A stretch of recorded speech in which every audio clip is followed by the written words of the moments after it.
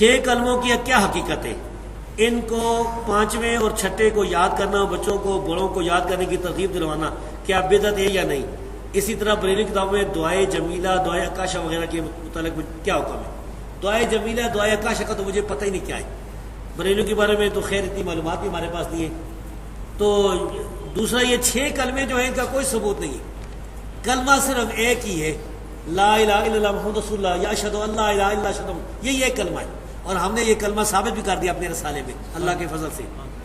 جو اسی وجہ سے میرے استاد حافظ عبد المنان نور پوری حافظ اللہ، انہوں نے مجھے خط بھی لکھا، بڑی خوشی کا اظہار کیا۔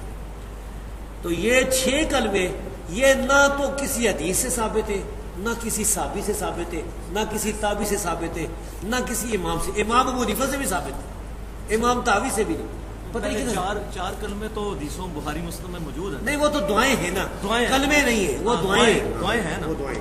کلمے یہ 6 نہیں ثابت کہ اسلام کے لیے 6 کلمے ہونے چاہیے، یہ دعائیں ہیں، دعائیں تو